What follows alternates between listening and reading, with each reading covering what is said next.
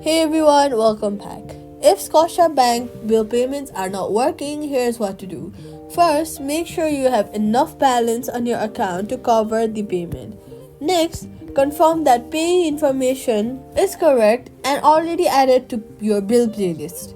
Now, check your internet connection and make sure that you're connected to a stable Wi-Fi. Or you could also switch from Wi-Fi to mobile data to rule out network issues.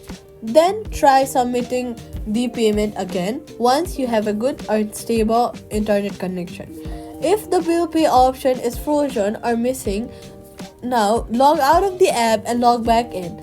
Also, make sure your app is fully updated. Go to the App Store, search for the app, and then update your app. Updating your app ensures you have all the latest files and bug fixes.